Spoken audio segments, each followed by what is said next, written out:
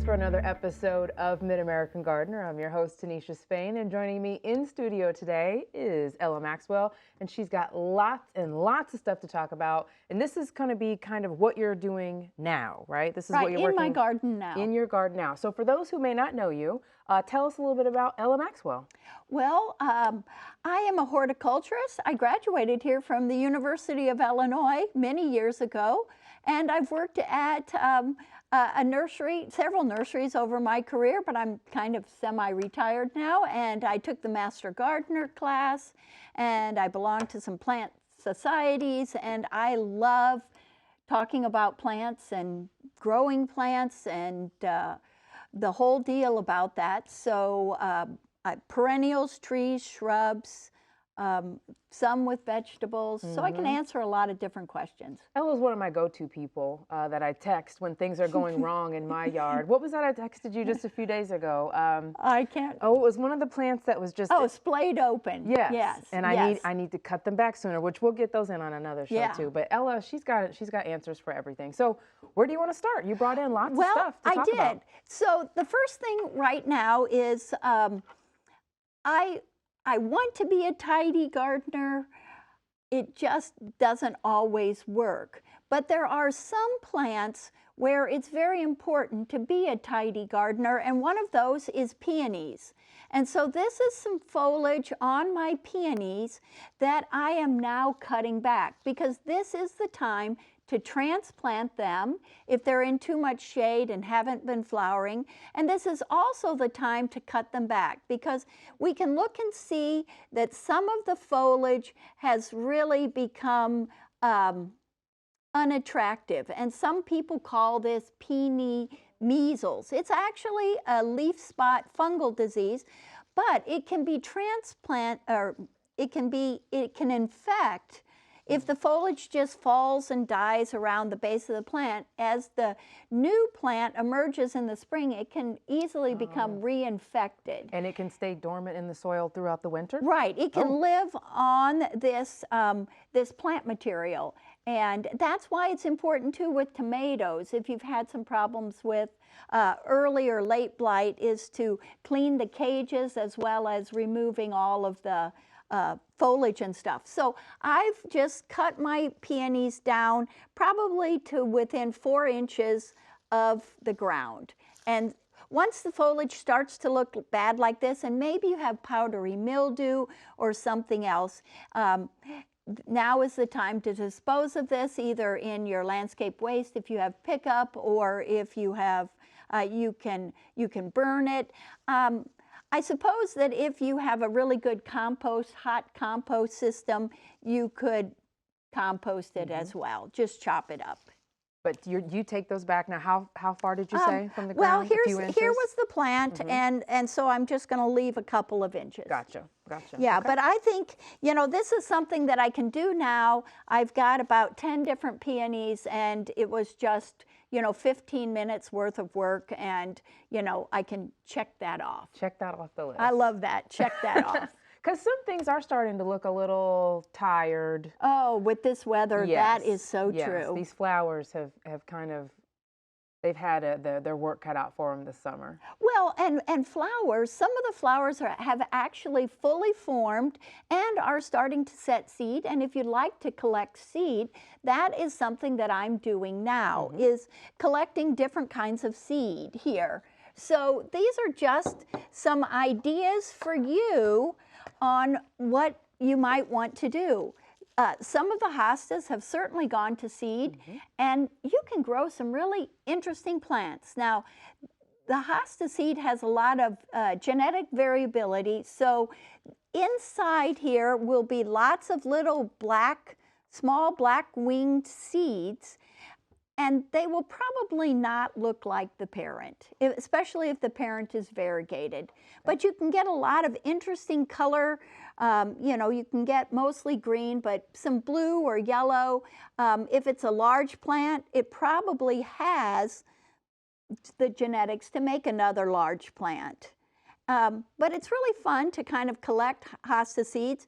And I cut them like this and then just put them down in a paper bag so that when the seed pod actually opens, the seeds will drop into the bottom of the bag. Now, while you're talking about that, I don't mean to interrupt, but I just had a thought. Do you have to let plants with pods, seed pods like that, dry out on the plant, or can you snip them and then put them away and open them later? I'm thinking of poppies. If they're fully formed, you want to snip them now. And for example, with coneflowers, you know, now's the time to just snip them. And again, just put them upside down in a paper sack in your garage, someplace where it's, you know, dry and you get air circulation, because poppies, for example, the top opens up and then you lose them.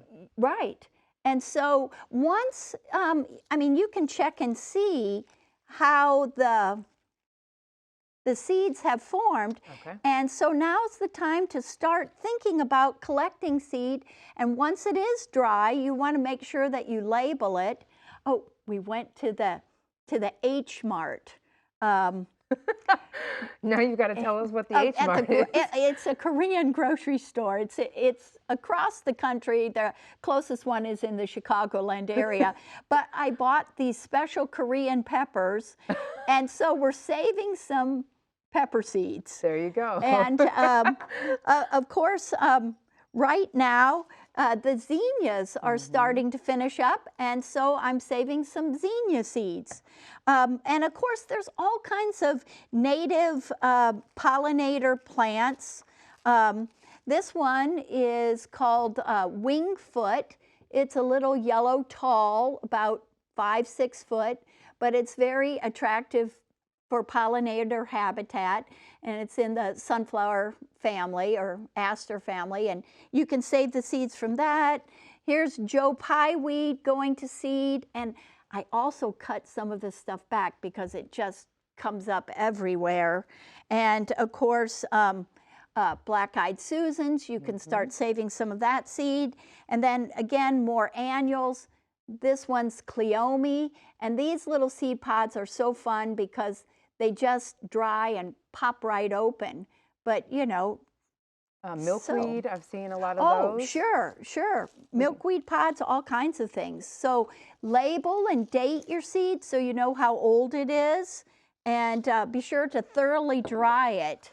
And then, should we see our surprise seed? Let's do it. Oh, yes. We were just talking about this. Okay. She says, you're never going to guess what this is, and obviously I haven't.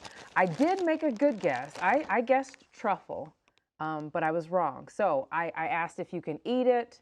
I can't remember some of the other questions I asked before the show. Right. So. But this is actually a seed pod, and this is a very specialized kind of seed pod or plant, and I have never harvested it before, but I've been reading about it, and then this is the seed inside. Just one? Just one. This is a whole group of seeds, and this is from skunk cabbage. And this is a special plant that grows in a bog situation and there are some seeps along the Illinois River Valley near Peoria, where I live. And I have been watching the skunk cabbage. They come up very early in the spring. They have this spadex, and they're pollinated by flies and beetles, because the reason it's called skunk cabbage is it has a fetid odor. And I haven't been able to transplant one. When you turn off of 116 onto 24, you can get off the side of the road, and right there you can see them. So I wrote on my calendar at the end of August, as to not forget, for skunk cabbage seeds, because I've been reading about it. So these seeds are very special in that they have a double dormancy. And so you do need to read about your seeds from your plants to find out how can I best germinate them. And so these plants need about 60 to 90 days of warm temperatures, and then they're going to require an equal amount of chilling temperatures. Oh, okay. So I'm going to try winter sowing these, and they're also not supposed to dry out. So you want to store this seed in like moist sand or moist peat moss or something, and that's why it's in this Ziploc bag. So if you open that larger Oh yeah, seed yeah. pod, that's Well, we no, you can. don't. Oh, okay. I We- was gonna say you don't have Oop. to, but just that one seed is Yeah. what would be in there. Yeah, it's going to. Well, no, there's a whole bunch of seeds. See, Is there a here's- smell? Actually, it's kind of poopy smelling. Now I have to didn't smell think it. about that. There you go. Yeah, But there it's are kinda no stinky. leaves left, and this is right down at the soil line because that's where the insects pollinated it. And it developed. So I'm going to try winter sowing because this is a very, I don't think it's endangered, but it's something that you just can't buy or find. And so, oh One of boy, those plants that when you get it to grow, it's like Yeah, you feel it's very like- accomplished. Now, that's exactly you said it's it. kind of like a boggy plant. So at home, how are you going to create this ditch environment? Well, I have a ditch environment, and that's why I've been looking for skunk cabbages for, quite some time. And so I live along a creek line. Ah. And so as you come up towards where my home is built, along the creek line, there's kind of a swale, and that can have water in it during periods of heavy rainfall as it moves off the property before it goes into the creek. And then I have been very successful with marsh marigolds. So I have a lot of marsh marigolds. I planted some water type iris, native irises, and some different native plants, but I wanted to add skunk cabbage. Gotcha. So you've already got the environment that you know will probably be suitable. Now Right. It's just getting it. Right, now I'm going to try to get it, but I'm going to plant some of the seeds in the ground and see if nature can't do it, and then I'm going to plant some of the seeds later, say in February, in milk jugs for winter sowing, and then just set them outside and let them get that chilling requirement, and we'll find out next year. You'll have to if give us I'm an update. good or bad, but yeah, Okay. it was interesting. Real quick, let's take this question here. This is from Linda from Bloomington. She sent an email in about grass blends. So I'll read this. This is question 52. Years ago, the panel talked about the perfect grass seed mix. I think there were 3 grasses included. Can you tell me what those are and if there is any updated information on the perfect grass seed for our area? And you've got some answers. Well, I hope to give you some answers. Grass seed, first off, I'm not a grass person. If it's green and I can mow it, I'm happy. I don't do a lot of fertilization. I don't do a lot of weed control, but I do understand grasses and how to grow them.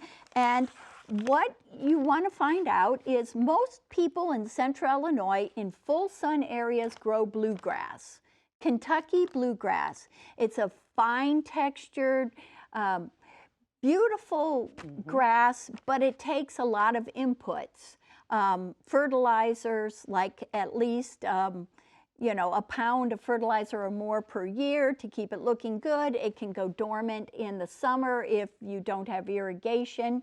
And that's okay if your grass does go dormant, because usually when the fall rains come back, it greens back up again.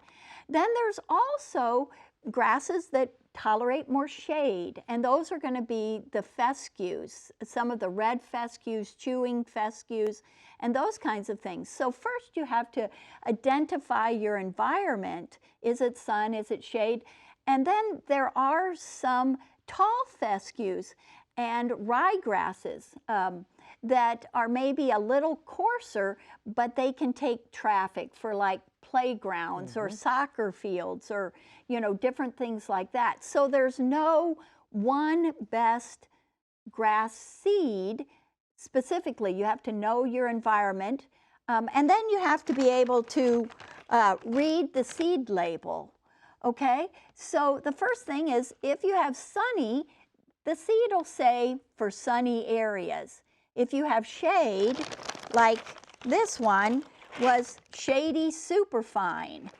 So Most of the times they sell what they call mixes of several different species of grasses, or you can buy a blend, and that's different cultivated varieties of the same seed. Like I work at Hare Nursery, and we sell 100% bluegrass sod, which is a blend of different bluegrass varieties. So here we see that this has some ryegrass, fescue, hard fescue, creeping red fescue, and some Kentucky bluegrass. It also gives a date, and you can see when this was tested. So this is an old bag. You would not want to pay full price, and this should not be on a shelf. The other cool thing is it'll tell you how much weed seed, other crop seed might be in it, where it's grown. You can see it's coming from Washington and Oregon, and then also the germination percentages that you get. So September is the best month for fall seeding. Ooh. So it's a good question to ask. Definitely. And the most important thing is to familiarize yourself with your situation, whether you're going to be putting down all new seed or overseeding. You can use different rates. And then also look at the seed package and make sure you're getting the best seed for the money for your area and outcome. Now, what if you've got a yard that's got a little bit of everything? Do you just buy certain mixes and certain types for, if I've got a great big tree in the front, I'm going to buy this mix for this area? You know, what if your yard has a lot of different sun? Well, usually you can Shade. buy grass seed starting in a 1-pound bag. And so if you have that shaded area under a tree, maybe you buy a shady seed. But if you want to go for generic, I think a lot of people are using the mixes that contain the bluegrass, a little bit of fescue, and some of the fine quality ryegrasses. And we call that our emerald mix, which is just generic. So But that'll catch everything pretty much. pretty much so, because again, you can have disease problems that might just hit bluegrasses, or you know, I was listening to a woman tell me about army worms as a problem. And so she has switched to there is another kind of grass that's gaining popularity. It's a type of tall fescue called Rhizotomous tall fescue, or RTF. And so it's very durable, very drought tolerant, very disease resistant. And in the past, bluegrass and these other grasses, tiller, they send up these side shoots, but fescue, this tall fescue just makes a clump. And so if the seed doesn't get evenly distributed, you've got, you know, it's like someone with no hair, or not Sparse very much hair. sparse hair. So they've now bred into it where it can be rhizotomous. It can send up those tillers. It can begin to fill in. So there's all kinds of great things coming down the pipeline with grass seed. Excellent. Okay. And one question, you mentioned the year of the seed. Pay attention to that. Right. Let's go back to our seed saving at home. How long can we keep our zinnia seeds? How long can we keep our Black Eyed Susan seeds? Oh, that's an excellent question. There are some tables that you can follow. Some of the things that don't last at all are onions, anything in the onion family. So if you were trying to save seed from like Millennium, Allium, those kinds of things, it'll only last maybe a single year. Parsley only really lasts for a single year. But zinnias and things, maybe 3-4 years. So that's okay. Peppers, tomatoes, again, maybe up to 5 years. And then, of course, you know, after a while, you just need to compost it. I've had some seed that have been sitting around for like 7 years, and it's like, you don't want to spend all that energy on seed if you're not going to get a good return or a good outcome. So got it. Okay. When you were talking about that, I thought, I wonder about our flower seeds and how long we can keep those? Yeah, I think some of them for quite some time, at least more than a season or two. Okay, let's do one more question and then we're going to go to the big unveiling. Okay. All right, number 61. This is from Lucy. This was an email question. She says, I'm a big fan of Mid-American Gardener and the previous show, Illinois Gardener. I wonder if you can identify the plant in the 2 attached pictures, which has enthusiastically volunteered in one of my perennial beds. It started out last year looking like a low-growing rudbeckia and did not flower. Now look at it. Is this a native plant and should I keep it for pollinators? So this is question 61. So you know what this is. You've battled it. What are your thoughts? Oh, right, right. So when I was looking through the pictures and it was like, oh, that's icky weed, because that's what we call it in my family. It is actually Virginia stickweed. So it is a native and it may have some pollinator value, but when it makes and sets seed, they become like little beggar ticks. And so their seed is distributed on animal fur, or on your gloves, or on your shorts, or on your sleeves. I ruined some good clothing until I realized that if I take care of icky weed when it's small, if I can recognize it, this Virginia stickweed, and just pull it out, or don't allow it to flower, and then I don't have so much troubles. But if you have a whole bunch of it and you're going to try to clean it up or clear it out, I wear a nylon jacket and, you know, kind of like slick nylon, you know, what do they call it? Workout, you know, like basketball.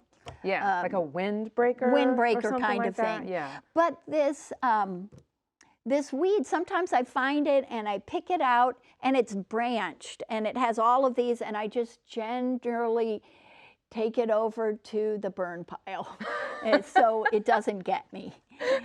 But there are lots of wonderful native plants, and this one might have a niche that I don't know about, so you can write in and educate us. But this Virginia stickweed, but you're not a fan, is my icky weed, my nemesis. All right. All right. Okay, so we've got about 4 minutes left. Oh, okay. What is our... So what else have I been doing? Well, I made what's called a Hypertufa Trough, and this is cast combination of Portland cement, sphagnum peat moss, and perlite. And what you're replicating is a carved stone, and you can cast them in all different kinds of containers. But this one right here that I did bring, I just used a container here. This is just, you know, from takeout. And I cast it upside down on a board. And so you let it sit for 3 days. And you can do this inside of like the tub of a dishwasher tub, you know, but this is kind of free form. And so you can see that I do have some drainage holes in here. And I actually covered the container with plastic, and then I mounded up this concrete mix around it, and I let it sit for about 3 days. And then you can texturize it with a wire brush, and you can see that it has a very small soil volume. And so this is going to work for like succulents. And the reason that you see this really large rim here that I made when I cast it upside down is that a lot of succulents kind of grow over the edges. And this is going to help support them and display them better. And so this is actually, once it weathers, it takes, I'm going to leave it in this plastic bag for about a week or 2 yet. And it can be quite alkaline, but once it's ready to go, it can go through, you know, it can go through winter outdoor temperatures. Wow.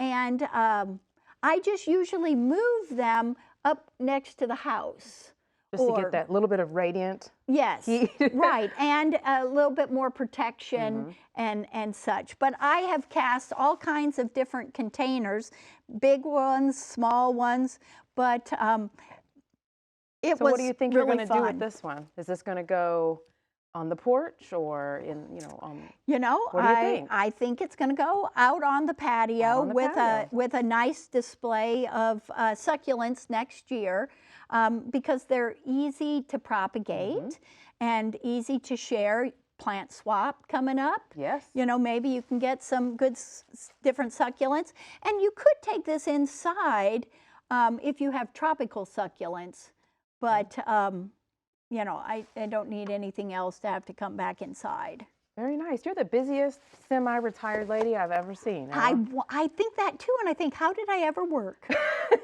No going back now, huh? That's right. Too many hobbies. Yes, well, that's right. Thank you so much for coming in. Thank you for bringing all of your seeds and flowers and expertise with you. Thank you. And if you've got questions for us, please send them in to yourgarden@gmail.com. You can also find us on Facebook, Instagram, Twitter. We are all over the place. Ella mentioned the plant swap coming up in September. We're going to give you more information about that. It's September 24th, but we plan to be there as well. So lots of things coming up, lots of things going on. Thank you so much for watching, and we will see you next time. Good night.